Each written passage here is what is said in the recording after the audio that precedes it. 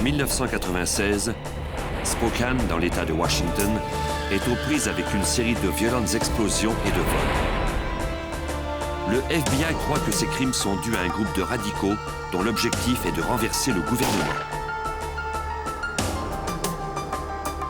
Les enquêteurs devront éviter de dangereux pièges laissés par des ennemis invisibles pour arrêter un groupe extrémiste qui a choisi d'imposer la terreur.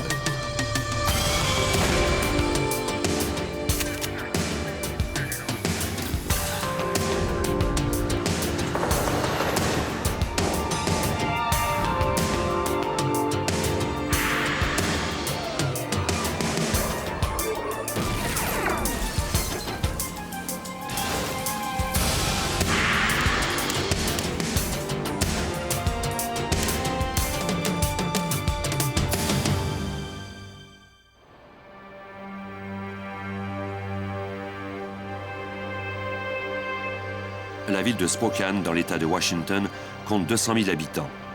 Elle est située près de la limite est de l'État, à côté de celle de l'Idaho. Le lundi 1er avril 1996, 2 douzaines de personnes travaillaient dans un des bureaux du journal Spokesman Review. À 14h30, une camionnette se gara derrière l'immeuble.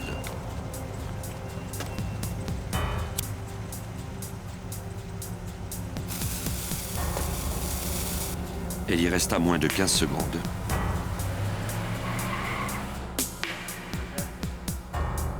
Dans l'immeuble, un reporter finissait de rédiger son article avant de rentrer chez lui pour passer le reste de l'après-midi avec son fils. Il ignorait ce qui les attendait à l'extérieur.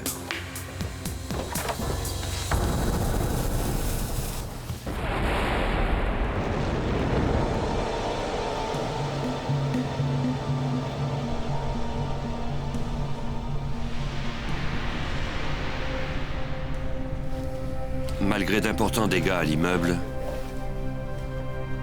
il n'y eut pas de blessés.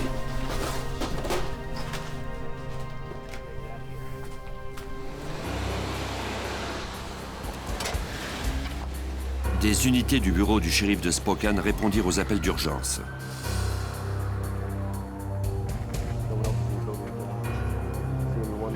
Le reporter et son fils n'avaient rien vu d'anormal.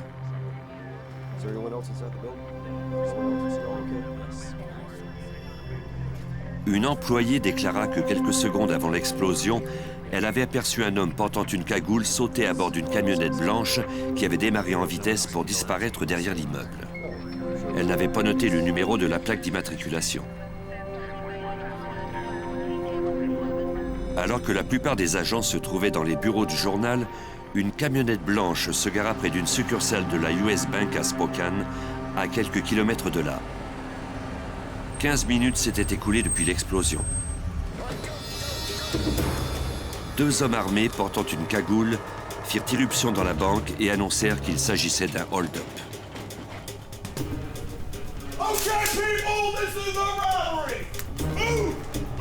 Pendant ce temps, une caissière appuya sur le bouton de l'alarme silencieuse.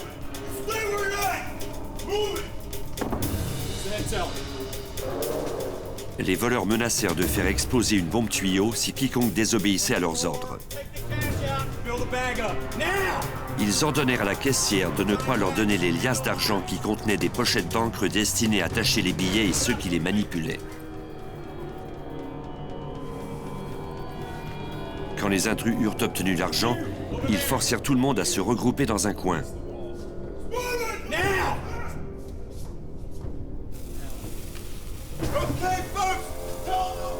Ils braquèrent leurs armes sur les otages pendant que de précieuses secondes s'écoulaient et que la mèche de la bombe se consumait.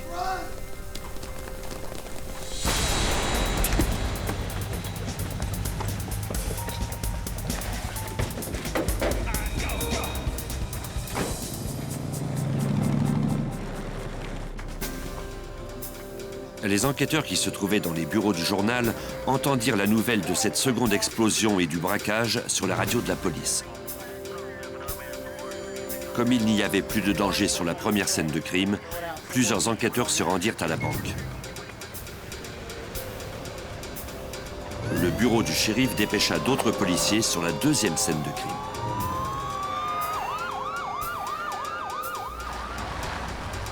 L'agent spécial Mark Cullinan du FBI se rendait alors au bureau du journal avec son collègue. Nous nous rendions là-bas quand nous avons appris qu'il y avait eu un vol de banque et une explosion. Comme je m'occupe prioritairement de vols de banque, je me suis immédiatement dirigé vers cet établissement.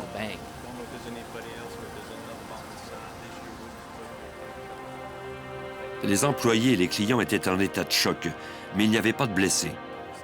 Ils croyaient que tout le monde était sorti avant l'explosion.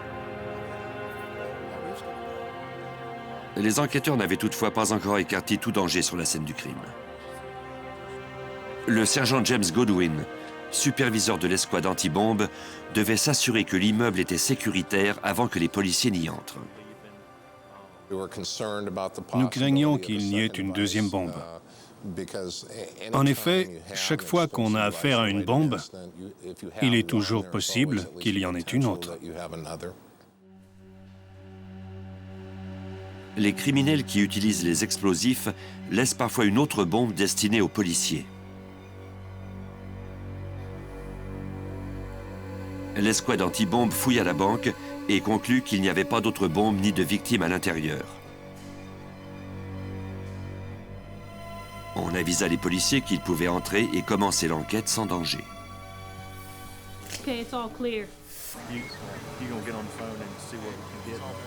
Les intrus étaient organisés et ils avaient agi rapidement.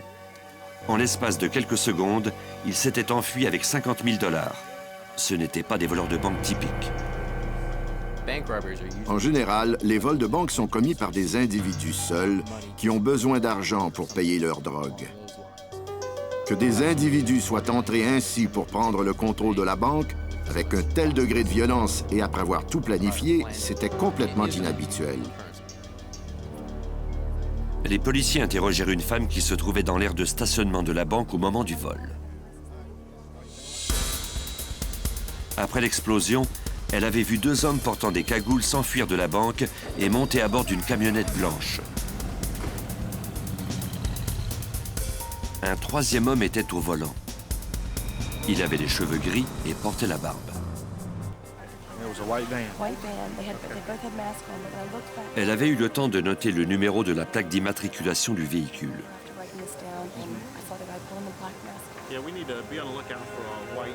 Les policiers découvrirent que la camionnette avait été volée à Ellensburg.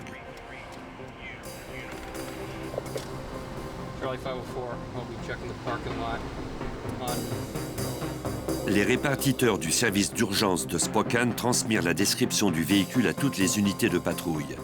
Les agents commencèrent à effectuer des recherches méthodiques des rues voisines. Au bureau du journal, on interrogea les témoins.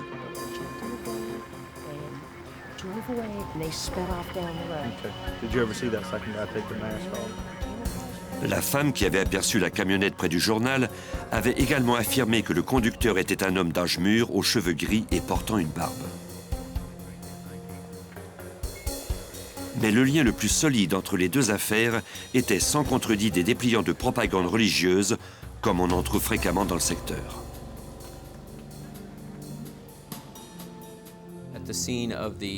Sur la scène de l'explosion de Spokesman Review, de même qu'à la US Bank, on a découvert plusieurs dépliants laissés par les voleurs. La propagande religieuse est très répandue dans le coin.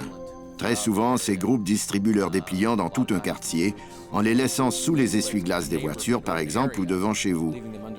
Ces dépliants font état de leurs idéaux. Ils essaient ainsi de faire circuler leur message. Mais ce groupe en particulier avait laissé son message avec des bombes et après avoir commis un vol. Les patrouilleurs poursuivirent leur recherche de la camionnette blanche.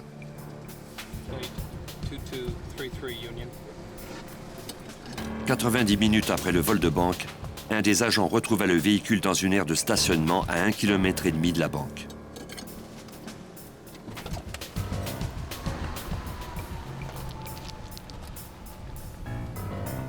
D'où il était, il ne pouvait savoir si les voleurs se trouvaient à bord.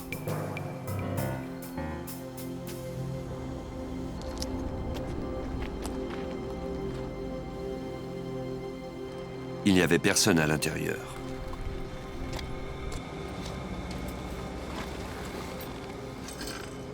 La répartitrice mit le policier en garde. Le véhicule pouvait avoir été piégé avec une bombe. Quelques minutes plus tard, l'escouade anti-bombe arriva. Les experts croyaient que les voleurs avaient peut-être posé des bombes à l'intérieur. S'il y avait un explosif dans la camionnette, le détonateur pouvait être contrôlé par radio. Comme les radios de la police peuvent déclencher ces dispositifs, les experts ordonnèrent aux policiers d'éteindre tous leurs appareils. Comme ils disposaient de suffisamment d'espace pour le faire, ils utilisèrent un robot pour effectuer une première vérification. On a d'abord envoyé le robot pour obtenir quelques images. Mais on ne voyait pas très bien. On a ensuite envoyé un technicien vêtu d'une combinaison anti-bombe. Ses collègues attendirent son rapport au poste de commandement mobile.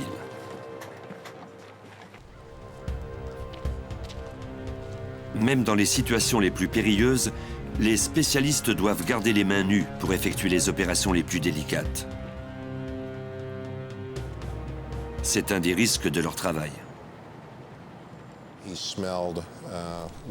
Ça sentait l'essence. Il a alors cru voir de l'essence couler de l'une des portières de la camionnette. Ensuite, il a vu un dispositif d'amorçage. Il semblait avoir été placé là pour enflammer l'essence.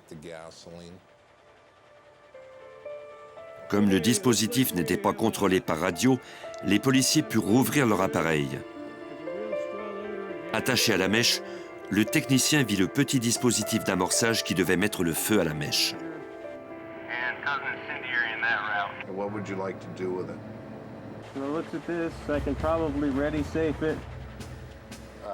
Mark, before you go ahead and separate the two, would you let us know that you're going to do it? Afin de préserver tout indice, le technicien mettait sa propre vie en péril.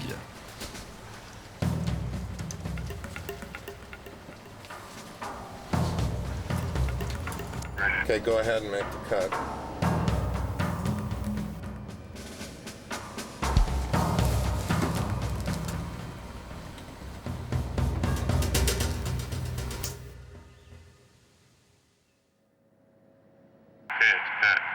All right, good. Get it out of there. Cela fonctionne. Okay, he's got it. He's got it out of there. Dans la camionnette, les enquêteurs trouvèrent un autre exemplaire du manifeste que les voleurs avaient laissé à la banque et au bureau du journal. Pour l'agent spécial David Bedford, la propagande du dépliant était typique des groupes de la région prônant la suprématie des Blancs. Il y avait tout un prêchi-prêcha sur l'usure, un terme qui nous vient de la Bible et qui fait référence au taux d'intérêt. Mais ce qui était le plus frappant dans ce dépliant, c'était un symbole. Pour analyser ce manifeste, les agents savaient qu'ils pourraient obtenir de l'aide de l'un des reporters du Spokesman Review. Bill Morlin est un expert en groupes extrémistes de la région. J'étudie les groupes racistes du Nord-Ouest depuis 22 ans. Le plus important d'entre eux, la nation aryenne, est situé à 55 km de Spokane, dans le nord de l'Idaho. Il a attiré dans la région beaucoup d'autres groupes, comme ceux qui contestent les impôts, les groupes contre l'avortement, le Ku Klux Klan et la bande Comitatus. Le FBI montra à Morlin le manifeste des voleurs. C'était le credo des racistes blancs. Mais ce qui m'a le plus étonné, c'était ce qu'il y avait au bas de la page. On pouvait y voir une croix chrétienne à laquelle on avait superposé un P. C'était le logo du sacerdoce de Phinéas. Les individus qui se réclament du groupe de sacerdoce de Phinéas ou de Phiné prétendent commettre leurs crimes en vertu de la loi de Dieu telle qu'ils l'interprètent. Ils peuvent même voler des banques, par exemple, pour financer leurs projets et renverser le gouvernement fédéral. Morlin parla alors aux agents d'une entrevue qu'il avait faite quelques mois plus tôt. Dans le cadre d'un reportage, il avait réussi à rencontrer plusieurs membres d'un groupe extrémiste dans un endroit secret. Ceux-ci ne s'étaient pas identifiés comme membres du sacerdoce de Phinéas, mais leurs croyances étaient semblables.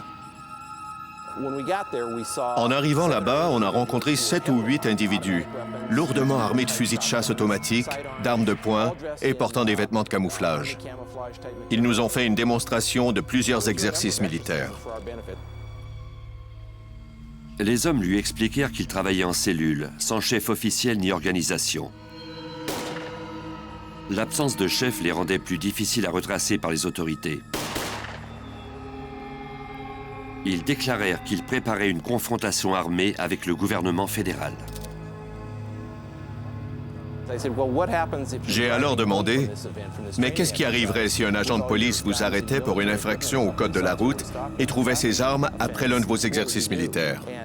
Et l'un d'eux m'a répondu sans hésiter, je tuerai le policier.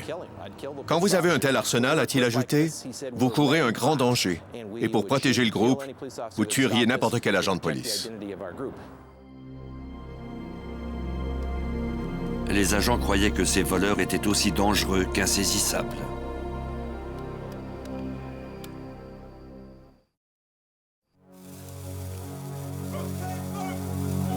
Après que des hommes eurent volé une succursale de la US Bank de Spokane dans l'État de Washington et fait exploser des bombes à la banque et au bureau d'un quotidien, les autorités en vinrent à soupçonner un groupuscule armé extrémiste qui s'appelait le sacerdoce de Phinéas. Bill Morlin, reporter au Spokesman Review, est spécialisé dans les groupes extrémistes du nord-ouest des États-Unis. Le FBI lui demanda des détails sur les membres du sacerdoce de Phinéas qui commettent des crimes au nom de leur religion. Ce sont des groupes clandestins de 6 ou 7 personnes qui partagent les mêmes croyances et qui décident de les manifester. Ils n'en parlent pas à l'humanité tout entière et on ne peut pas trouver leur numéro de téléphone dans le bottin ni sur Internet. Ils agissent en secret. Ils croient que Dieu est un de leurs membres et qu'ils obéissent à ses ordres en commettant ces crimes. L'agent spécial David Bedford faisait partie de l'équipe d'enquête sur les groupes extrémistes de la région. Après le vol, on avait bien peu de pistes. Les individus portaient des cagoules et des vêtements de camouflage. Ils portaient aussi des gants. Mis à part le portrait robot qu'on avait fait faire du conducteur de la camionnette, nous n'avions pas grand-chose. Les agents du FBI auraient souhaité disposer d'autre chose qu'un croquis avant de demander l'aide du public, car ils réduiraient ainsi les fausses pistes. Malheureusement, ils ne pouvaient pas attendre. On a dû faire imprimer ce qu'on avait et distribuer des affiches un peu partout dans l'État de Washington, en Oregon et en Idaho, en espérant que quelqu'un identifierait cet individu. On a reçu des centaines et des centaines de tuyaux, de pistes possibles sur l'identité de cet individu. Malgré des centaines d'heures à suivre des pistes, les enquêteurs n'obtinrent rien de valable.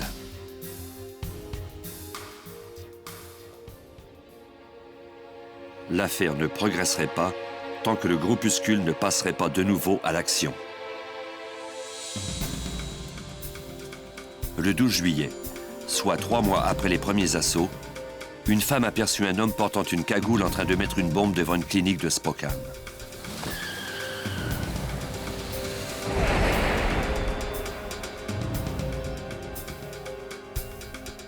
Elle appela la police pour donner le numéro de plaque d'immatriculation de sa camionnette. Les répartiteurs de la police dépêchèrent des pompiers et des policiers sur les lieux. Comme une dizaine d'autres policiers, l'agent Dan Spivey se mit en route vers la clinique. Ce que les policiers ignoraient, c'était qu'au même moment, la banque volée en avril était la proie d'un nouveau braquage. Cette fois, il y avait 3 hommes armés plutôt que 2. Comme lors du vol précédent, les assaillants avaient une bombe. Une des caissières reconnut la voix d'un des voleurs et elle déclencha l'alarme silencieuse pendant qu'elle lui remettait l'argent. Les hommes étaient d'une redoutable efficacité. Ils se parlaient en langage codé et semblaient avoir planifié le vol à la minute près. Mais ils n'avaient pas remarqué la caissière du guichet pour automobilistes qui travaillait dans une aile séparée de la banque. Alors que les clients à l'intérieur de la banque avaient les yeux rivés sur les armes braquées sur eux, tout semblait normal pour ceux de l'extérieur.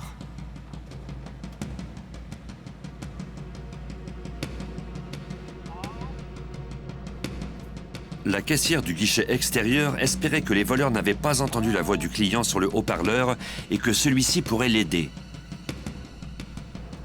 Elle ignorait si le client comprendrait ses gestes et s'il l'aiderait ou s'enfuirait. À la banque, les assaillants échangèrent quelques mots et déclarèrent que c'était un code bleu. Ils s'enfuirent avec 37 000 $ en argent liquide et la bombe qu'ils avaient apportée.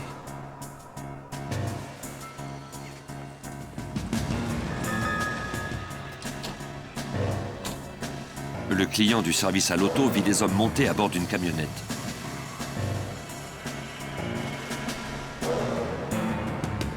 Il les prit en filature pendant qu'il appelait le service d'urgence.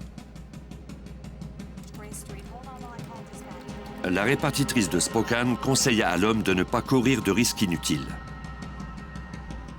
Celui-ci lui dit qu'il suivrait le véhicule à bonne distance jusqu'à l'arrivée des policiers. L'agent Dan Spivey se dirigeait vers la banque quand on lui annonça qu'un client poursuivait les voleurs. La répartitrice nous a annoncé qu'un homme muni d'un portable avait pris les suspects en filature. Ainsi, on retransmettrait les informations à tous les patrouilleurs.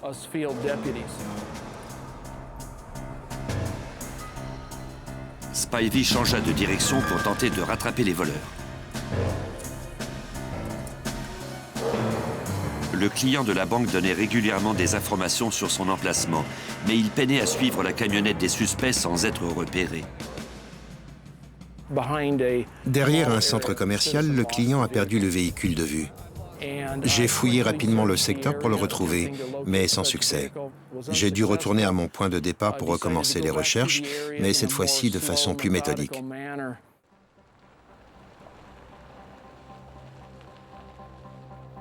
Après 1 heure de recherche, Spivey entra dans un garage au nord du centre-ville. J'ai vérifié à l'étage supérieur et à l'une des extrémités, j'ai cru apercevoir le véhicule suspect. Excuse me, ma'am. Would you leave the area right now, please? Get on the other side of the lot. Sir, could you get away from that vehicle and go down towards the other end of the lot? Thank you. 504 rear plate 2233 Victor. Une des plaques d'immatriculation était identique à celle du véhicule du vol de banque,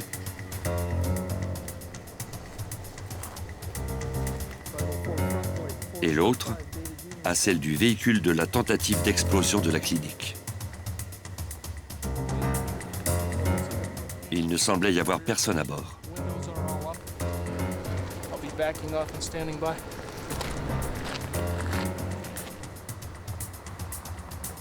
Le sergent James Goodwin, de l'escouade anti-bombe, qui avait aidé à désamorcer la bombe dans la camionnette après le vol de la banque en avril, déclara le véhicule dangereux. Compte tenu de l'autre affaire, ce véhicule pouvait tout autant contenir un engin explosif. Si l'on tenait compte du fait que c'était leur deuxième tentative et qu'ils avaient échoué la première fois, il était logique de penser que cette fois-ci, ils auraient tout fait pour réussir à faire exploser le véhicule. Il y avait une forte odeur d'essence, mais il était difficile de savoir quel type d'engin explosif se trouvait dans la camionnette. Plutôt que d'envoyer un membre de l'escouade, les techniciens utilisèrent leur robot spécialisé. Ils le dirigeaient à distance, en sécurité dans le camion de l'unité.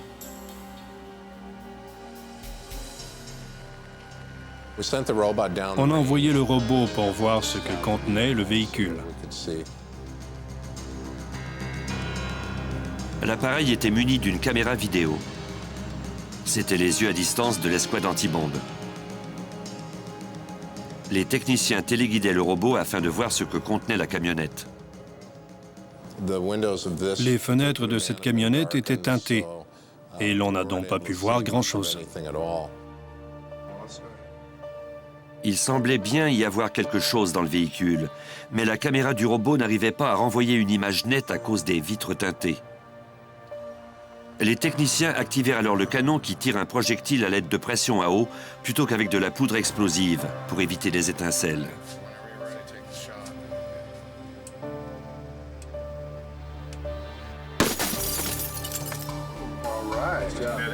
Les robustes pinces du robot servirent à retirer les éclats de verre.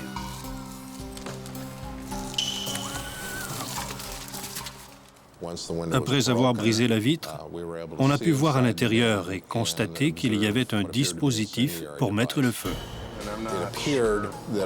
On aurait dit que cela devait allumer un incendie dans la camionnette, ce qui aurait détruit beaucoup d'indices.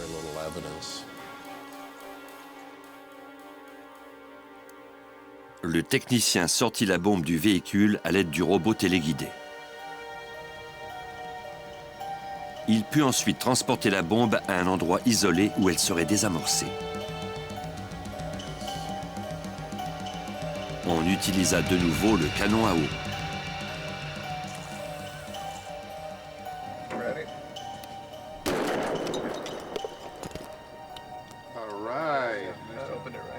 Une fois encore, les hommes avaient utilisé une camionnette volée, mais cette fois-ci, les enquêteurs ne trouvèrent aucun dépliant ni indice à l'intérieur.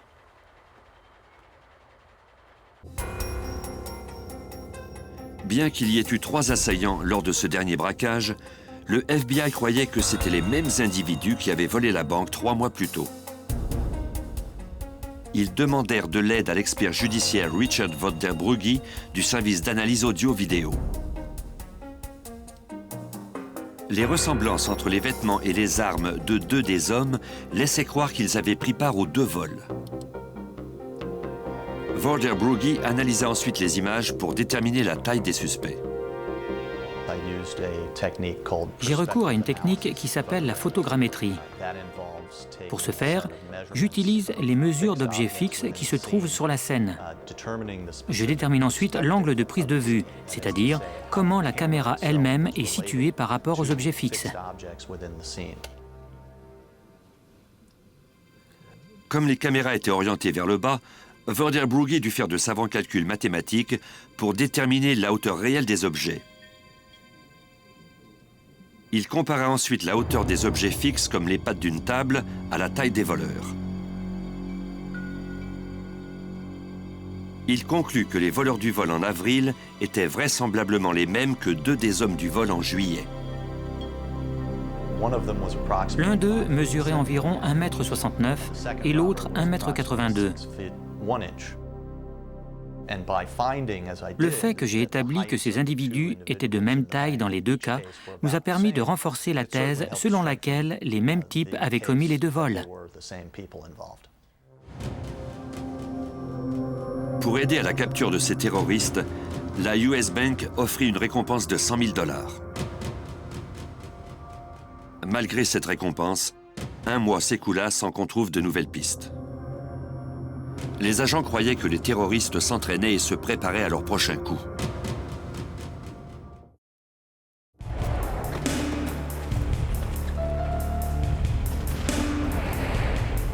Après que les autorités eurent imputé quelques vols de banque à Spokane au même groupe de terroristes, la US Bank offrit une récompense de $100 000.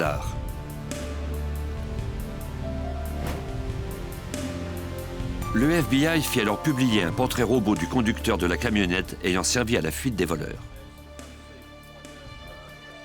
1 mois après le second vol, soit au mois d'août 1996, la récompense offerte permit d'obtenir une piste intéressante. Un informateur croyait avoir reconnu l'homme du portrait robot. L'informateur, un armurier autorisé à vendre des armes, déclara l'avoir rencontré avec d'autres hommes quelques mois plus tôt. C'était avant le premier vol de banque. Il avait vendu à un groupe d'hommes des vêtements et de l'équipement militaire. Selon lui, l'un d'eux ressemblait à l'individu du portrait robot. Le groupe s'était informé sur des explosifs plastiques et un bazooka. Les hommes lui avaient ensuite demandé de l'aide pour équiper leur Jeep d'une carcasse de char et de bipieds pour leur mitrailleuse. L'homme avait refusé, ne voulant pas être mêlé à des activités illégales. Avant qu'ils partent, l'un d'eux s'était vanté du fait qu'un petit groupe d'hommes allait bientôt contraindre une banque bien établie à se mettre à genoux devant lui. L'informateur déclara qu'il avait rencontré ces hommes à un atelier de mécanique qui appartenait à l'un d'eux. L'atelier était situé dans la petite ville de Sandpoint en Idaho, à 120 km au nord-est de Spokane. À la fin du mois d'août, le FBI envoya des agents à Sandpoint pour explorer cette piste.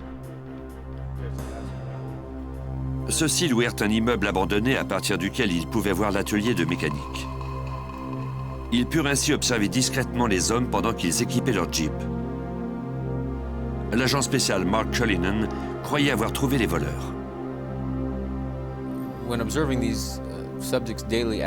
En observant les sujets au jour le jour, il y avait de quoi se poser des questions.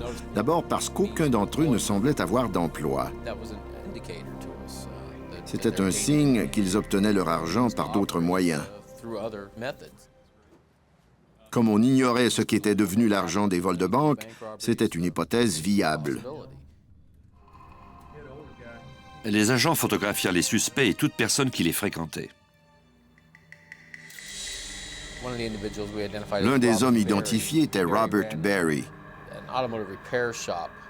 Celui-ci possédait un atelier de mécanique à Sandpoint et pourtant il ne semblait y avoir aucune activité commerciale. Les agents identifièrent ensuite un autre suspect, Charles Barbie. Même si celui-ci n'avait pas d'antécédents judiciaires, il avait été arrêté pour avoir tenté d'acheter de l'équipement à des militaires.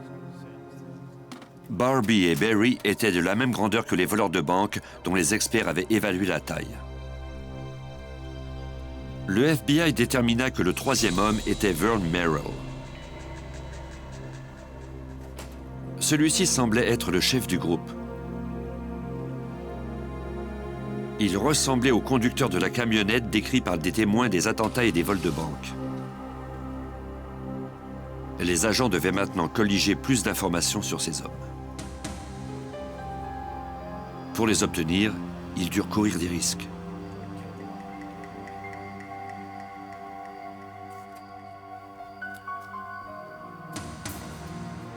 Un soir, au début septembre, après que les suspects eurent quitté l'atelier, l'équipe de surveillance installa une caméra cachée sur un poteau téléphonique derrière l'atelier. Les agents ne savaient pas s'il y avait des pièges dans les environs et ils ignoraient aussi s'ils étaient surveillés. Ils purent terminer sans encombre.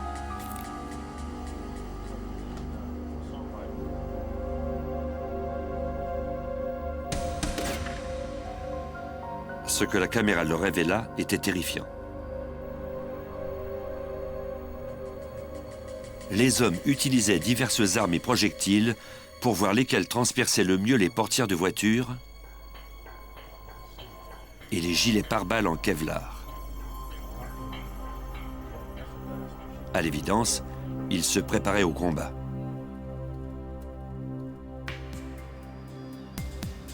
Au cours de cette opération de surveillance qui dura quelques semaines, le FBI épia les suspects du haut des airs et par voie terrestre lors de leur déplacement dans plusieurs villes du Nord-Ouest. Il y avait tout lieu de croire qu'ils repéraient des banques en vue de les dévaliser.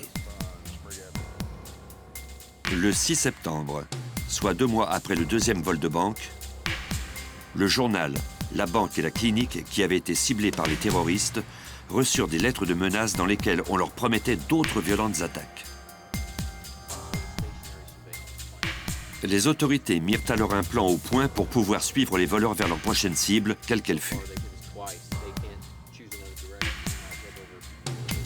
But that's not to say they couldn't take any of the other back roads down to meet or intersect I-90. So what we're going to have to do is come up with points far enough away that they can't take a back road and get around behind us before getting in their home territory up there.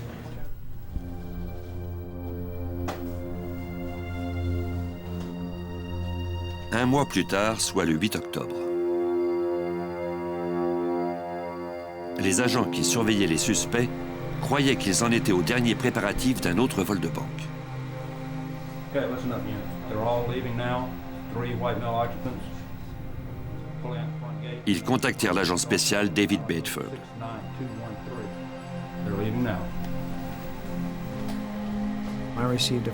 Un agent m'a appelé pour m'annoncer qu'ils chargeaient leur véhicule. J'ai alors contacté plusieurs de mes collègues pour leur dire de sauter dans leur voiture et de se diriger vers Sandpoint. Quelque chose allait se produire et on devait tous s'y rendre le plus vite possible pour les surveiller, car on ignorait où ils se dirigeaient. Le FBI repéra les suspects alors qu'ils quittaient Sandpoint pour se diriger vers l'ouest. Par les plaques d'immatriculation de la camionnette, on pouvait deviner qu'ils s'apprêtaient à commettre un crime. Les plaques n'étaient pas les mêmes à l'avant et à l'arrière. De plus, elles provenaient de véhicules volés. Cela rendait toute l'opération encore plus urgente. Les agents suivirent les hommes sur 600 km en direction de l'ouest jusqu'en Oregon.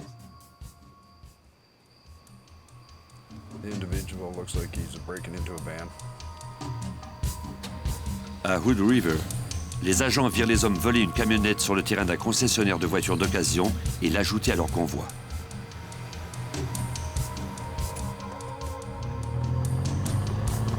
Si les agents ne se trompaient pas, les suspects allaient utiliser cette camionnette volée pour dévaliser une banque et ils l'abandonneraient ensuite. On a vu les véhicules s'arrêter à un relais routier. Ils ont alors sorti des choses d'un véhicule pour les mettre dans l'autre et ils ont semblé se consulter. Ensuite, ils sont repartis à bord d'un véhicule. Les agents qui prirent la camionnette en filature devinèrent alors où les suspects se rendaient.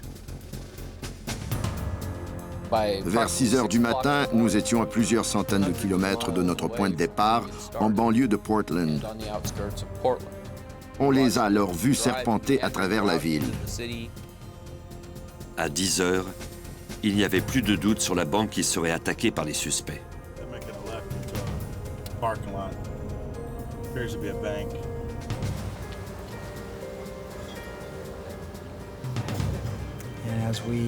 On les a vus arriver dans l'aire de stationnement de la banque et l'on a avisé les responsables de l'établissement.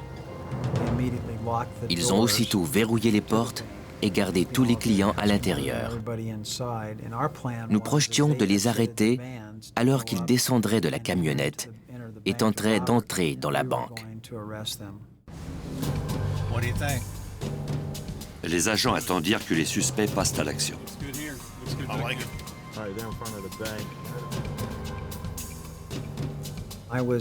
J'étais à environ 30 mètres d'eux. Et avec mes jumelles, je pouvais voir ce qu'ils faisaient dans la camionnette. Ils sortaient leurs armes. Ils enfilaient leurs cagoules et leurs vêtements de camouflage. Bref, ils se préparaient à dévaliser la banque. C'est à ce moment-là qu'ils ont vu ce que nous voyions aussi. Des clients essayaient d'entrer dans l'établissement et ils se butaient à une porte verrouillée.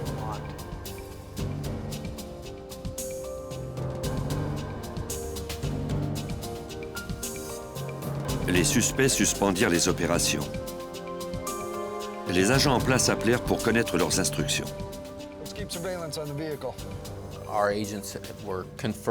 Nos agents consultaient le bureau du procureur des États-Unis, de même que les chefs de nos divisions, afin qu'on détermine si on avait assez d'indices pour procéder à l'arrestation des sujets.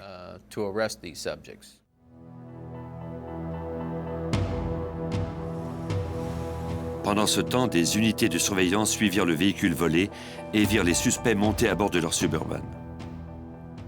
Ils ont repris la direction de l'État de Washington et nous les avons suivis.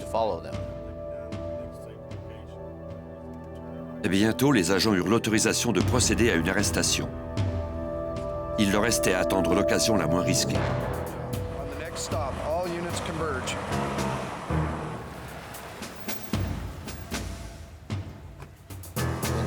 Quand les sujets se sont arrêtés pour faire le plein dans une station-service de l'État de Washington, on a décidé que c'était le meilleur endroit pour les arrêter, comme on nous l'avait ordonné.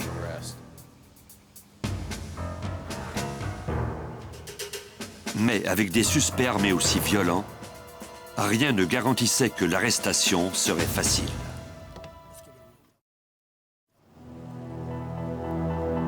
Après une enquête de plusieurs mois sur des présumés terroristes, des unités de surveillance avaient suivi les suspects jusqu'à une station-service de l'État de Washington. 2 des suspects restèrent dans un de leurs véhicules, pendant que le 3e entrait dans la station-service. L'agent en chef mit alors l'opération en branle.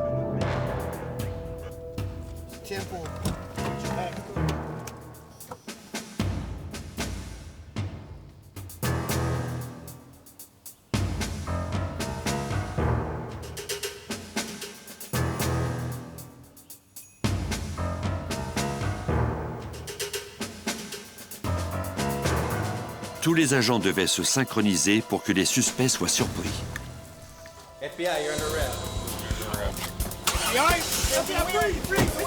Hit the car! Hit the car! Freeze! Hands on the wheel! Hit the car, bro! Put your hands on the car! Hands on the bed of the vehicle! Put your hands on the car!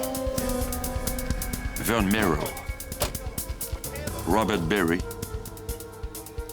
et Charles Barbie furent arrêtés sans opposer de résistance.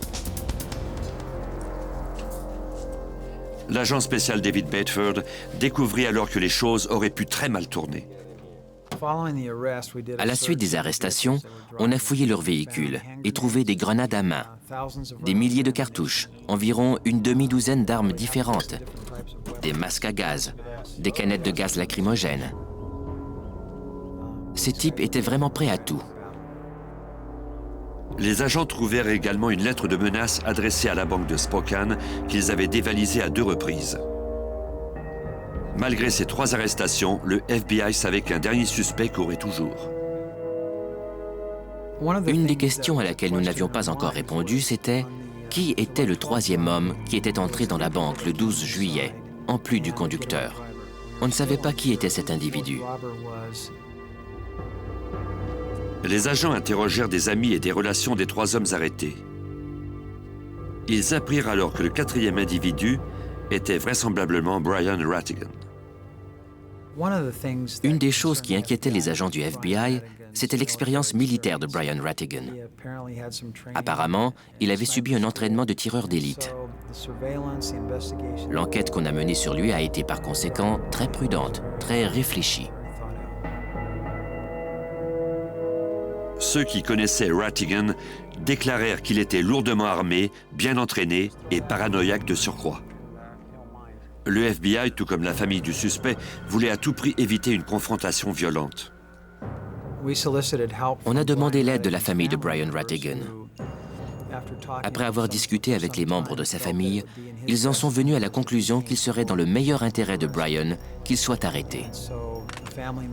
Ils lui ont alors envoyé un ticket de train pour lui et sa femme. C'était un faux billet, à une heure où l'on savait qu'il n'y avait pas d'autres passagers dans une gare de l'État de Washington. Des agents secrets faisaient le guet, déguisés en employés.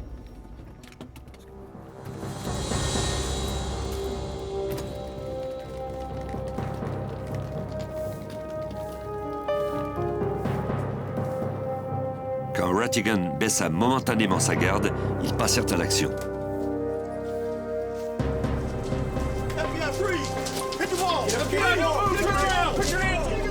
Rattigan n'eut pas le temps de riposter ni de s'enfuir.